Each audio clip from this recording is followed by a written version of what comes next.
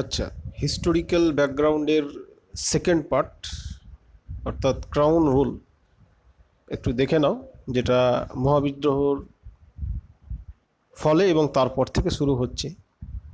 মহাবিদ্রোহের ফলে ব্রিটিশ সরকার east India কোম্পানির হাতে আর শাসন ক্ষমতা রাখেনি, তাদের কাছ থেকে ক্ষমতা হস্তান্তর করে নিজের হাতে নিয়ে নেই, অর্থাৎ ব্রিটিশ রাজের হাতে সরাসরি ক্ষমতা চলে যায়। ক্রাউন রুল অর্থাৎ ব্রিটিশ ক্রাউন বলতে ব্রিটিশ রাজা, তখন রানী ছিল, তো ব্রিটিশ রাজের কথা বলা হচ্ছে, সরাসরি ব্রিটিশ শাসন।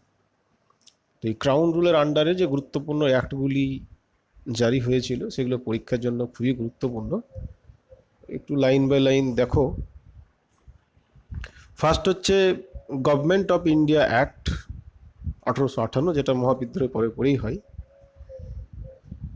The rule of company was replaced by the rule of the crown in India, যেটা বলা হলো যে কোম্পানি শাসন, যেটা রুল অফ কোম্পানি, রিপ্লেস হয়েছিল by the rule of the crown in India, অর্থাৎ ব্রিটিশ শাসন দ্বারা। কোম্পানি শাসনটা সরাসরি ব্রিটিশ রাজের শাসন দ্বারা এটা রিপ্লেস হয়েছিল।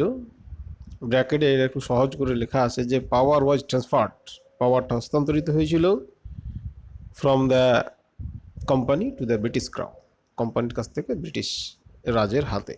যাই হোক, নেক্সট পয়েন্ট হচ্ছে the powers of the British crown, British রাজের যে ক্ষমতা বা ব্রিটিশ রানী তখন যে শাসনটা করত, was to be exercised by the secretary of state for India, সে ভারতের জন্য একটা সেক্রেটারি নিযুক্ত করেছিল, তার মাধ্যমে সে শাসন কার্যটা সম্পাদিত করত। নেক্সট পয়েন্ট, হি ওয়াজ অ্যাসিস্টেড, হি বলতে এখানে সেই সেক্রেটারির কথা বলা হয়েছে, যে তাকে অ্যাসিস্ট করতো কাউন্সিল অফ ইন্ডিয়া, এটা সংসদ, ভারত সংসদ, যার 15 জন সদস্য ছিল, হ্যাভিং 15 মেম্বার, অর্থাৎ সেক্রেটারি তার নিজের সহায়তার জন্য 15 জন সদস্য দ্বারা গঠিত একটা কাউন্সিল অফ ইন্ডিয়া সাহায্য নিত। নেক্সট পয়েন্ট হচ্ছে হি ওয়াজ ভেস্টেড উইথ কমপ্লিট অথরিটি, সেক্রেটারিকেই কিন্তু পুরোপুরি অথরিটি অর্পণ করা ছিল, and control over the Indian administration, এবং ভারতীয় প্রশাসনের উপরে পুরোপুরি তার নিয়ন্ত্রণ ছিল সে সেক্রেটারি। তো সেক্রেটারি এই পুরোপুরি অথরিটি বা কন্ট্রোলটা কার মাধ্যমে করতো, সে ডাইরেক্ট করতো না, সে কিন্তু ইংল্যান্ডেই থাকতো, প্রয়োজন হলে এখানে আসতো, ইংল্যান্ডেই থাকতো। তাহলে ভারতে একজনকে রেখে তার মাধ্যমে তার পুরো কন্ট্রোলটা সে করতো, সে হচ্ছে ভাইসরয় অ্যাজ ইজ এজেন্ট। তো এইখান থেকে এই মহাবিদ্রোহ সাল পর্যন্ত ডেজিগনেশনটা তোমরা আগের পার্টে পড়েছো, গভর্নর জেনারেল অফ ইন্ডিয়া, যেটা লাস্ট হয়েছিল, তো সেই ডেজিগনেশনটা কিন্তু আবার চেঞ্জ হয়ে যাচ্ছে।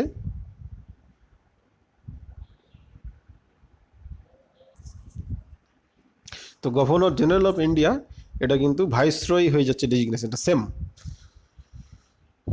সেটা নেক্সট পয়েন্টে লেখা আছে, governor general was made the viceroy of India, governor general of India পোস্টটাকে কিন্তু ভাইসরয় নামে চিহ্নিত করা হলো, এবং ফার্স্ট ভাইসরয়কে লর্ড ক্যানিং, অর্থাৎ last governor general of India যদি বলা হয় তাহলে কিন্তু অবশ্যই পরাধীন ভারতের, কেননা স্বাধীন ভারতেও ডেজিগনেশনটা আবার গভর্নর জেনারেল অফ ইন্ডিয়া হয়ে যায়, সেক্ষেত্রে স্বাধীন ভারতের বললে অন্য হয়ে যাবে। তো পরাধীন ভারতের ক্ষেত্রে last governor general of India হচ্ছে লর্ড ক্যানিং, এবং তার আমলে ডেজিগনেশন চেঞ্জ হলো, তাই ফার্স্ট ভাইসরয় তাও হবে লর্ড ক্যানিং। এবং একটা প্রশ্ন খুবই কমন, যে মহাবিদ্রোহের সময় কোন কে ভাইসরয় ছিলেন, লর্ড ক্যানিং। এরপর হচ্ছে সেই বোর্ড অফ কন্ট্রোল এবং কোর্ট অফ ডাইরেক্টর, যেটা এর আগে বলা হয়েছিল, এরা যেহেতু ইস্ট ইন্ডিয়া কোম্পানির হয়ে আর কি কার্য সম্পাদন করতো, এবার ইস্ট ইন্ডিয়া কোম্পানির হাতে শাসনই যখন থাকলো না, তখন এদের আর প্রয়োজন নাই বলে এরা অ্যাবলিশড হয়ে গেল। আর ended dual system of government, দ্বৈত শাসন, যেটা ইস্ট ইন্ডিয়া কোম্পানি যখন শাসন করতো তখন এটা ছিল, যে স্থানীয় যে নবাব, যেমন আমরা বাংলা নবাবের ক্ষেত্রে যদি ধরি, তাহলে এরকম একটা এক্সাম্পল দেওয়া যেতে পারে যে প্রশাসনিক কাজকর্ম এবং কর সংগ্রহ, এই দুটো মেনলি তখন কাজ প্রশাসন সংক্রান্ত, পলিটিক্যাল। তো কর সংগ্রহের বিষয়টা ব্রিটিশরা নিজেদের, ইস্ট ইন্ডিয়া কোম্পানি নিজের হাতে রেখেছিল, অর্থাৎ ট্যাক্স, ডিউটি, কর ইত্যাদি তাদেরকে জমা করতে হবে। আর দৈনন্দিন যে কাজকর্ম, যেটা অনেকটাই ঝামেলার বিষয়, সেটা কিন্তু নবাবদের হাতে রেখেছিল, অর্থাৎ নবাবদের হাতে যেটা ছিল কি, যে যেটাকে বলা হয় আহ, ক্ষমতাহীন একটা একটা বিশেষণ, যাই হোক এখন এই মুহূর্তে মনে করতে পারছি না হঠাৎ করে। তো এটা ডুয়াল সিস্টেম, অর্থাৎ কর সংগ্রহটা তারা করতো এবং দৈনন্দিন যে প্রশাসনিক কাজকর্মটা নবাব দেখতো, স্থানীয় আর কি যে প্রশাসক সে দেখতো। এই ডুয়াল সিস্টেম যেহেতু কোম্পানির হাত থেকে শাসন করে চলে গেলো, ডুয়াল সিস্টেমটাও শেষ হয়ে যাচ্ছে। Next point, India council's act of 1861। তো 1858 এর পরে গুরুত্বপূর্ণ অ্যাক্ট হচ্ছে 1861 সালের কাউন্সিল অ্যাক্ট। এখান থেকে ফার্স্ট পয়েন্টে যেটা আছে যে it introduced for the first time Indian representation in the institutions like viceroy executive plus legislative council non official. অর্থাৎ ভাইসরয়ের যে এক্সিকিউটিভ এবং লেজিসলেটিভ কাউন্সিল ছিল তাকে অ্যাসিস্ট করার জন্য, তো তাদের মেম্বারদের মধ্যে কেউ ভারতীয় ছিল না। এই 1861 সালের কাউন্সিল অ্যাক্টের আন্ডারে কিন্তু প্রথম কোনো ভারতীয় ভাইসরয়ের কাউন্সিলে এন্ট্রি নেওয়ার সুযোগ পায়, এবং three Indians entered legislative council. তারা লেজিসলেটিভ কাউন্সিল বলতে আইন তৈরির বিষয়টা যেখানে হতো সেখানে এন্ট্রি নেয়, কিন্তু ব্র্যাকেটে লেখা আছে নন অফিসিয়াল, অর্থাৎ এরা কিছু করতে পারতো না, জাস্ট প্রেজেন্ট থাকতো, এছাড়া তাদের কোনো কমেন্ট মতামত দিতে পারতো না, প্রতিবাদে অংশগ্রহণ নিতে পারতো না। আর 1861 আন্ডারে আরও একটা গুরুত্বপূর্ণ পয়েন্ট, যে initiated the process of decentralisation অর্থাৎ বিকেন্দ্রীকরণ। Initiated the process of decentralisation, বিকেন্দ্রীকরণ প্রসেসটা এখানে শুরু করলো কিভাবে? Restoring the legislative powers to the Bombay and the Madras provinces.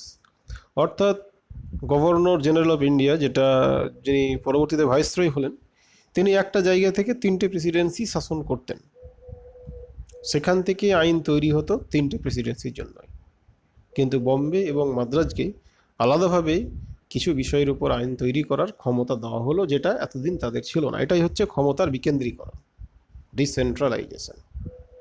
তো এটা ইনিশিয়েট হচ্ছে, খুব গুরুত্বপূর্ণ পয়েন্ট। নেক্সট পয়েন্ট হচ্ছে পোর্টফোলিও সিস্টেম। পোর্টফোলিও সিস্টেমটা কি? যেটা ব্র্যাকেটে লেখা আছে যে work could be distributed among the members, যে বিভিন্ন দপ্তর, যে বিভিন্ন টাইপের যে কাজ, সেগুলো বিভিন্ন জনের মাধ্যমে বা যে সদস্য থাকবে সেই সদস্যগুলোর মাধ্যমে বন্টন করা হলো, অর্থাৎ এক কথায় বাংলা দপ্তর বন্টন, পোর্টফোলিও সিস্টেম। তো এটা কি হচ্ছে? স্ট্যাটুটরি রেকগনিশন পাচ্ছে, অর্থাৎ আইনি স্বীকৃতি পাচ্ছে। তো এর আগে নিশ্চয়ই চালু করেছিলেন কে? ইন্ট্রোডিউসড বাই লর্ড ক্যানিং 1859 সালে পোর্টফোলিও সিস্টেম। বর্তমানে কিন্তু এটা এক্সাম্পল খুব সুন্দর দেওয়া যেতে পারে যে মন্ত্রিসভা, সে কেন্দ্রীয় হোক চাহে রাজ্যের হোক, হেড প্রধানমন্ত্রী এবং বাকি যারা মন্ত্রী তাদেরকে বিভিন্ন, কাউকে শিক্ষা দপ্তর দেওয়া হয়, কাউকে অর্থ দপ্তর দেওয়া হয়, কাউকে স্বরাষ্ট্র দপ্তর দেওয়া হয়, ইত্যাদি ইত্যাদি। তো এগুলো দপ্তর মানে হচ্ছে পোর্টফোলিও সিস্টেম। তো যেটা প্রথম চালু করেছিলেন কে? লর্ড ক্যানিং 1859 সালে, কিন্তু তখন আইন স্বীকৃতি ছিল না, তো সে প্রশাসনের সুবিধাতে নিজে থেকেই করেছিল। এবং স্ট্যাটুটরি তখনই বলা হয় যখন আইনসভাতে সেই সংক্রান্ত কোনো আইন পাস হয়, অর্থাৎ 1861 সালের আইনের আন্ডারেই কিন্তু স্ট্যাটুটরি রেকগনিশনটা পোর্টফোলিও সিস্টেম পেয়ে যায়। এটা খুব গুরুত্বপূর্ণ, মনে রাখতে হবে। এরপরে যে 3টি আইন আছে, 1909, 1919 এবং হচ্ছে 1935। তো এই 3টি থেকে কিন্তু বেশ ভালোই প্রশ্ন দেয় পরীক্ষার জন্য, খুব ইম্পর্টেন্ট এই 3টে। তো মূলত এই 3টি পড়ার আছে, আর বিশেষ কিছু পড়ার নাই হিস্টোরিক্যাল ব্যাকগ্রাউন্ডে। ইন্ডিয়া কাউন্সিলস অ্যাক্ট অফ 1909, এই আইনটি কি নামে পরিচিত? অলসো নোন অ্যাজ দ্য মরলে মিন্টো রিফর্মস। কেননা মরলে ছিল তখনকার সেক্রেটারি, যে সেক্রেটারির বিষয়টা এর আগে বলা হলো 1858 আন্ডারে। তো সেই সময় সেক্রেটারি ছিলেন মরলে এবং মিন্টো ছিলেন তখনকার ভাইসরয়। মিন্টো, এটা আরও মনে রাখতে হবে যে যখন 1905 সালে বঙ্গভঙ্গ হয়, তো তখন ভাইসরয়কে ছিলেন লর্ড কার্জন, এবং কার্জনের পরেই কিন্তু মিন্টো ভাইসরয় হন। তো ইতিহাসে খুব দেই যে লর্ড কার্জনের পরবর্তী ভাইসরয় কে হয়েছিলেন মিন্টো, এটা মনে রাখতে হবে। তো তখন মিন্টো ভাইসরয় এবং সেক্রেটারি মরলে দুজন মিলে কনসাল্ট করে আইনটা তৈরি করে বলে এটাকে কিন্তু 1909 ইন্ডিয়ান কাউন্সিল অ্যাক্ট বলা হয়, তার সাথে সাথে মরাল এন্ড মেন্টর রিফর্মস বলা হয়। সালটাও খুব গুরুত্বপূর্ণ 1909। ইতিহাস এবং এই পলিটির এখানেও দুই জায়গাতেই প্রশ্ন আসবে। নেক্সট পয়েন্ট হচ্ছে it change the name of the central legislative council. কেন্দ্রীয় যেটা আইন পরিষদ লেজিসলেটিভ কাউন্সিল ছিল, নামটাকে চেঞ্জ করে ইম্পেরিয়াল লেজিসলেটিভ কাউন্সিল করছে। খুব একটা গুরুত্বপূর্ণ নয়, খেয়াল রাখবে।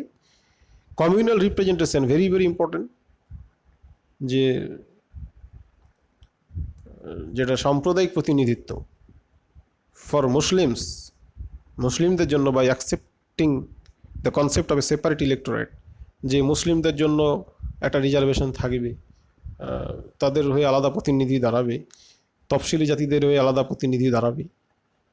যে সেপারেট ইলেক্টোরেট কিন্তু এখানে ইন্ট্রোডিউস হয়েছিল। তো এটা খুবই গুরুত্বপূর্ণ। সেপারেট ইলেক্টোরেট, কমিউনাল রিপ্রেজেন্টেশন, কথাগুলো, টার্মগুলো সবই খেয়াল রাখতে হবে। ইতিহাসেও পড়বে এগুলো।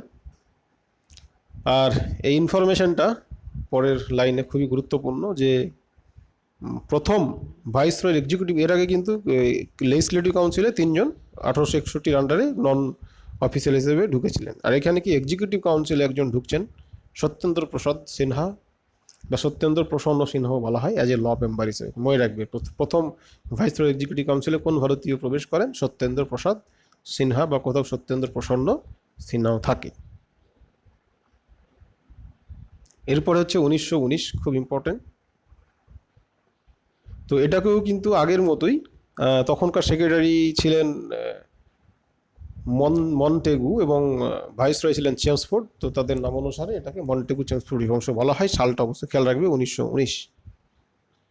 পরের লাইনে বলা আছে যে central subjects are demarcated and separated from those the provincial subject.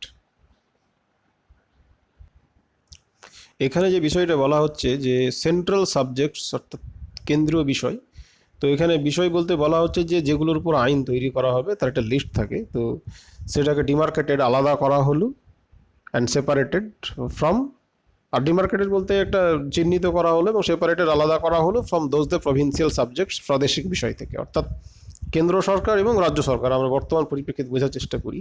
তো রাজ্যগুলো এই বিষয়ের উপর আইন তৈরি করবে এবং কেন্দ্র এই বিষয়ের উপর আইন তৈরি করবে, যেটা এর আগে কিন্তু ছিল না। তো এটা একটা সেপারেট করা হলো। The scheme of dual governance, dyarchy introduce. পরীক্ষাতে খুব দেই যে ডায়ার্কি এটা কোন আইনে চালু হয়। তো এটা অবশ্যই 1919-এর আন্ডারে। জিনিসটা কি, যে কেন্দ্রের বিষয়গুলিকে আলাদা করে রাখা হলো, তার আর কোনো সাব ডিভিশন মানে উপবিভাগ করা হয়নি, কিন্তু প্রভিন্সিয়াল যে বিষয়গুলি থাকলো, তো সেই বিষয়গুলির আরও দুটো ক্যাটাগরি করা হয়। একটা ক্যাটাগরি হচ্ছে মন্ত্রিসভা, সেখানে আলোচনার মাধ্যমে আইন পাশ হবে এবং সেটা গভর্নরের কাছে পাঠানো হবে,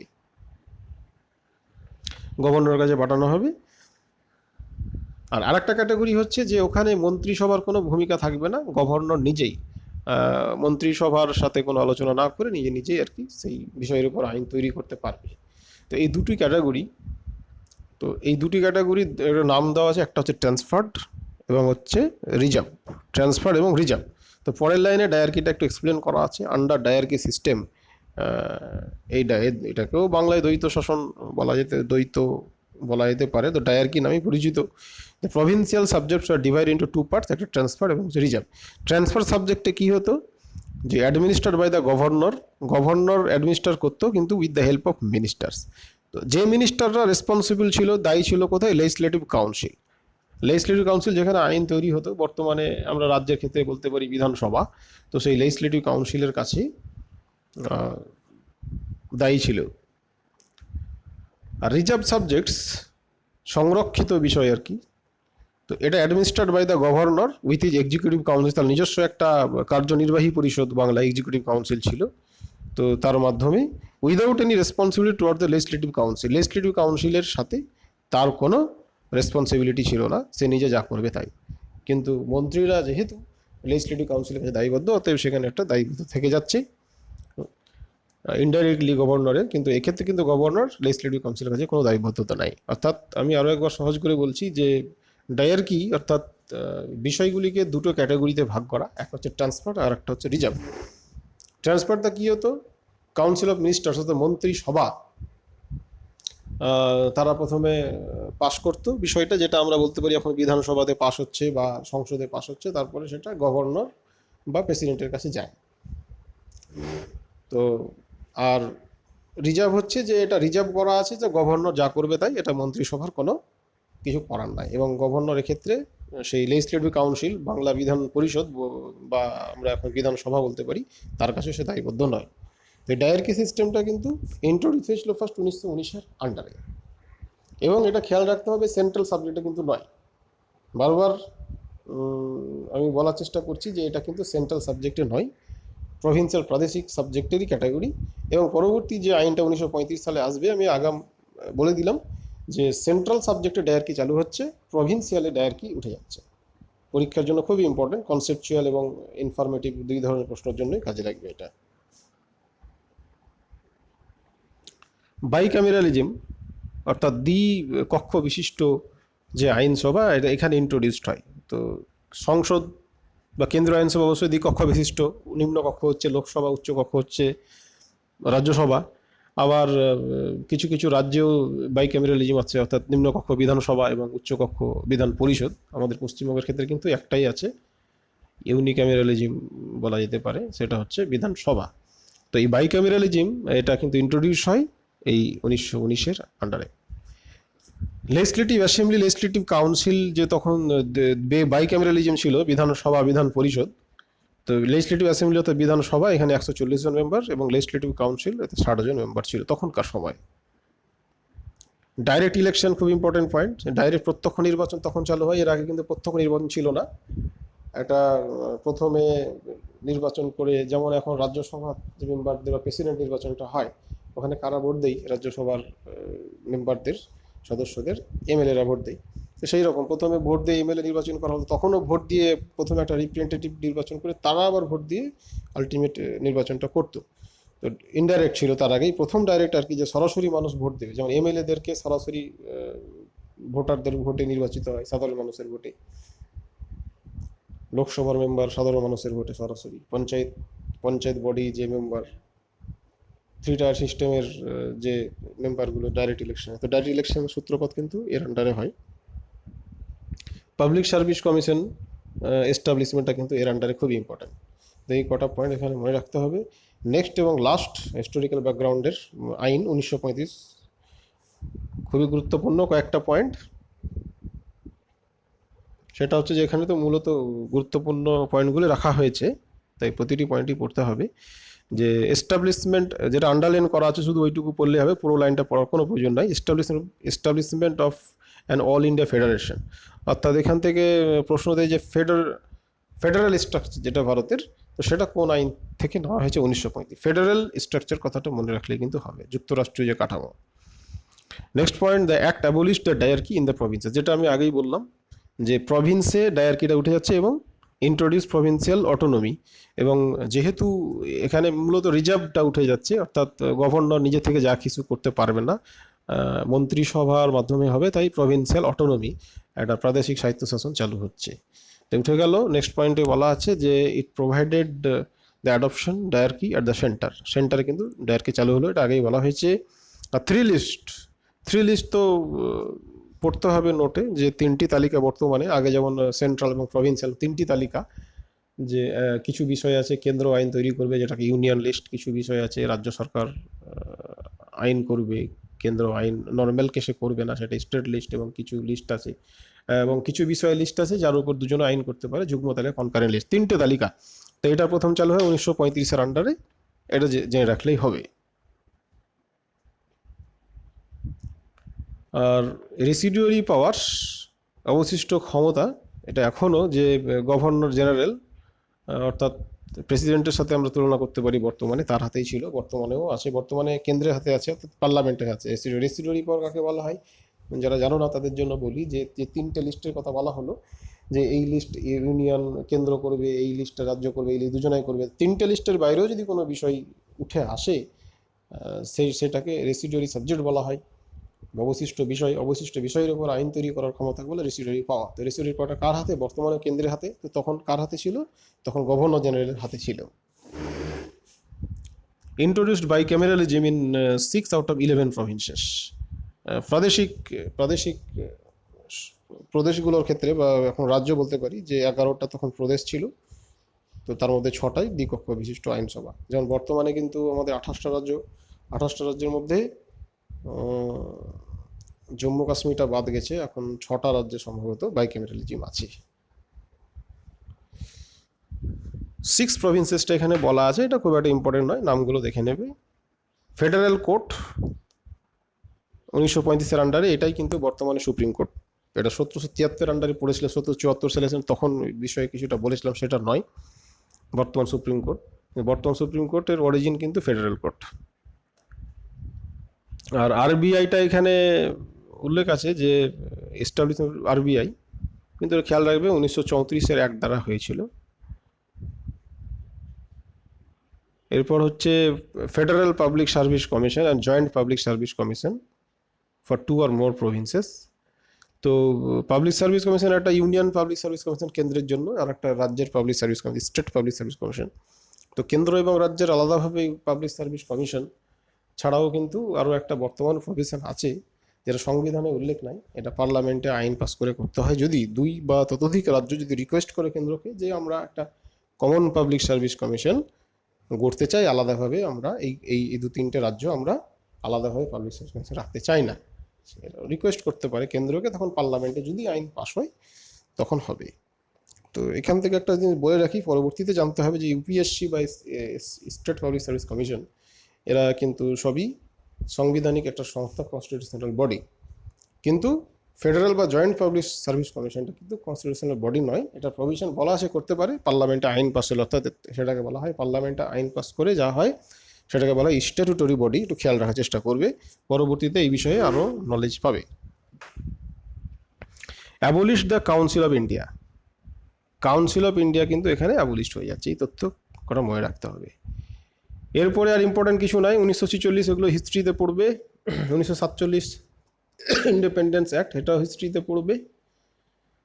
points to be noted, first পয়েন্টটা শুধু দেখো যে laws made before charter act of 1833, 1833 সালের বিফোর, আগে পর্যন্ত আইনগুলিকে রেগুলেশনস বলা হতো এবং তারপর থেকে অ্যাক্ট বলা হতো। অর্থাৎ আমরা যে আইনগুলো নামগুলো পড়লাম 1833-এর আগে পর্যন্ত রেগুলেশনস, এবং 33-এর পর থেকে কিন্তু অ্যাক্ট বলা হয়। আর এখান থেকে কিছু পড়ার নেই, তোমরা এবার নিজেরা ভিডিওটা শোনো এবং সফট কপিটা কিন্তু দেখে একটু ভালো করে পড়ার চেষ্টা করো। আর এমসিকিউ একটা প্রোভাইড আমি করবো, সেটাও দেখে নিও টোটালটার উপর।